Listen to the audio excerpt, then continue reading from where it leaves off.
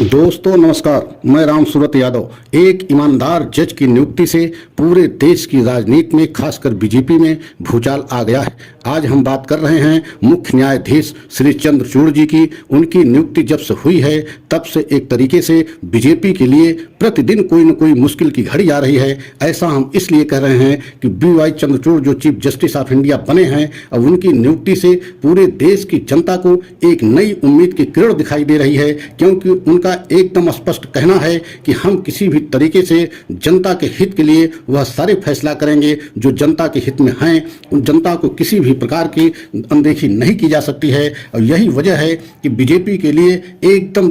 हैरान करने वाले कई फैसला उन्होंने दिया है। और ये कहा जा रहा है कि उन्होंने एक ऐसा फैसला दे दिया है जिससे बीजेपी की मतलब मोदी जी की 2024 की पूरी प्लान एक तरीके से फेल हो गई है। और ये कहा जाए कि आने वाले समय में बीजेपी की मुश्किल और बढ़ेगी, क्योंकि उन्होंने जिस तरीके से अरुण कुमार गोयल जो मुख्य चुनाव आयुक्त हैं उनको लेकर के एकदम स्पष्ट ऐसा आदेश दिया कि उनको अब किसी भी तरीके से किसी भी आयुक्त की नियुक्ति प्रधानमंत्री मोदी जी या उनका कार्यालय या गृह मंत्रालय नहीं कर सकता है, क्योंकि उनकी नियुक्ति को लेकर के चार याचिकाएं सुप्रीम कोर्ट में विचाराधीन थी। और उसी नियुक्ति को लेकर के जिस तरीके से सवाल खड़े किए चीफ जस्टिस इंडिया ने, उनका कहना था कि 24 घंटे के अंदर मुख्य चुनाव आयुक्त की नियुक्ति बिजली की रफ्तार से भी तेज कैसे कर दी जाती है, कल्पना से एकदम परे है। आप सोच सकते हैं कि नवंबर 2022 को 24 घंटे के अंदर मतलब जिस दिन उन्होंने BRS लिया और उसी दिन उनकी नियुक्ति मुख्य चुनाव आयुक्त के रूप में 24 घंटे के अंदर कर दी गई। आप सोच नहीं सकते हैं कि गृह मंत्रालय से लेकर के प्रधानमंत्री कार्यालय होते हुए पूरी फाइल की प्रक्रिया राष्ट्रपति भवन पहुंच गई और उनकी भी राष्ट्रपति भवन में भी राष्ट्रपति की मुहर लग गई। और उसी नियुक्ति को लेकर के याचिकाओं की सुनवाई करते हुए बहुत बड़ा एक तरीके से आदेश मुख्य न्यायाधीश ने दिया कि अब आने वाले समय में किसी भी आयुक्त की नियुक्ति प्रधानमंत्री या गृह मंत्रालय कोई नहीं करेगा, बल्कि एक कमेटी होगी और उस कमेटी में प्रधानमंत्री होंगे एवं विपक्ष के नेता होंगे और स्वयं चीफ जस्टिस ऑफ इंडिया रहेंगे। मतलब 3 लोगों की ये कमेटी होगी और उन्हीं के द्वारा किसी भी आयुक्त की नियुक्ति होगी। और इस आदेश से पूरी बीजेपी की एक तरीके से एकदम समझ लीजिए मुश्किल बढ़ गई है, क्योंकि 2024 में लोकसभा के चुनाव होने हैं और chief justice of India BY Chandrachud नवंबर 2024 तक रहेंगे। आप सोच सकते हैं कि जिस तरीके से कई ऐसे मामलों में बंद लिफाफे में सुप्रीम कोर्ट को लिफाफा केंद्र सरकार के द्वारा सौंपा गया, लेकिन उसको किसी भी तरीके से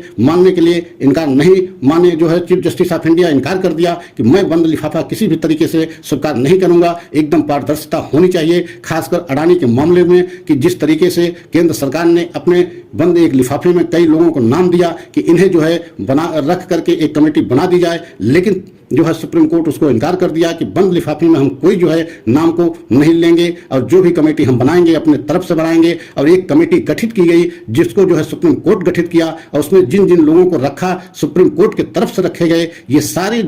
इस तरीके से फैसले अब आ रहे हैं जिससे बीजेपी की एकदम मुश्किल बढ़ती जा रही है। और आप सोच सकते हैं कि 2014 से जिस तरीके से चुनाव आयोग के ऊपर उंगली उठी, एक तरीके से सवालों के घेरे में चुनाव आयोग रहा, उसको लेकर के जिस तरीके से अब सुप्रीम कोर्ट एकदम सख्त रुख अपना लिया है, उससे आने वाले समय में बीजेपी की मुश्किल एकदम बढ़ जाएगी। और यही वजह है कि चुनाव आयोग अब एकदम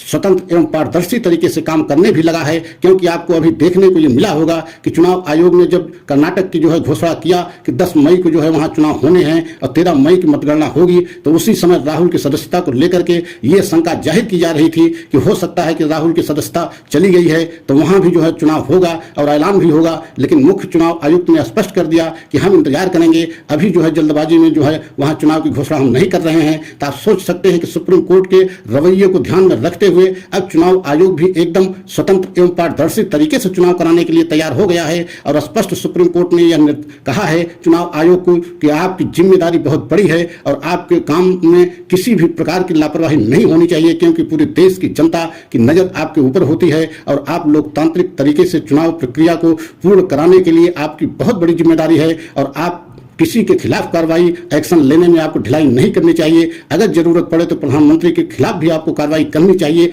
तो यही वजह है कि जब से सुप्रीम कोर्ट एक से एक जो है फैसले जो है अहम फैसले कर रहा है और खासकर बीजेपी सरकार को झटका लग रहा है, तो आप समझ सकते हैं कि आने वाले समय में बीजेपी की मुश्किल और बढ़ेगी। क्योंकि एक तरीके से ये माना जा रहा है कि चंद्रचूड़ जो इस समय चीफ जस्टिस ऑफ इंडिया हैं, वो किसी भी तरीके से किसी भी मामले में समझौता करने के लिए सरकार के साथ तैयार नहीं है। क्योंकि आपने देखा है कि कानून मंत्री किरण रिजिजू जिस तरीके से कॉलेजियम सिस्टम को लेकर के आवाज उठाई थी कि उसमें भी जो है केंद्र की दखलंदाजी होनी चाहिए, उसमें भी किसी भी तरीके से पीछे हटने के लिए बीवाई चंद्रचूड़ नहीं हटे। और उनका स्पष्ट कहना था कि जो कॉलेजियम सिस्टम है वो बहुत अच्छा है और उसी के तहत जो है जजों की नियुक्ति होती आई है और आगे भी होती रहेगी। इन सारे सवालों को लेकर के जिस तरीके से एक तरीके से केंद्र सरकार एवं जो है सुप्रीम कोर्ट आमने सामने भी आ गया और काफी दिन चर्चाओं का विषय बना रहा, लेकिन उसमें भी अंतोगत्वा जो है केंद्र सरकार को पीछे हटना पड़ा। कॉलेजियम सिस्टम जो है उसी तरीके से काम करेगा जैसे पहले करता रहा।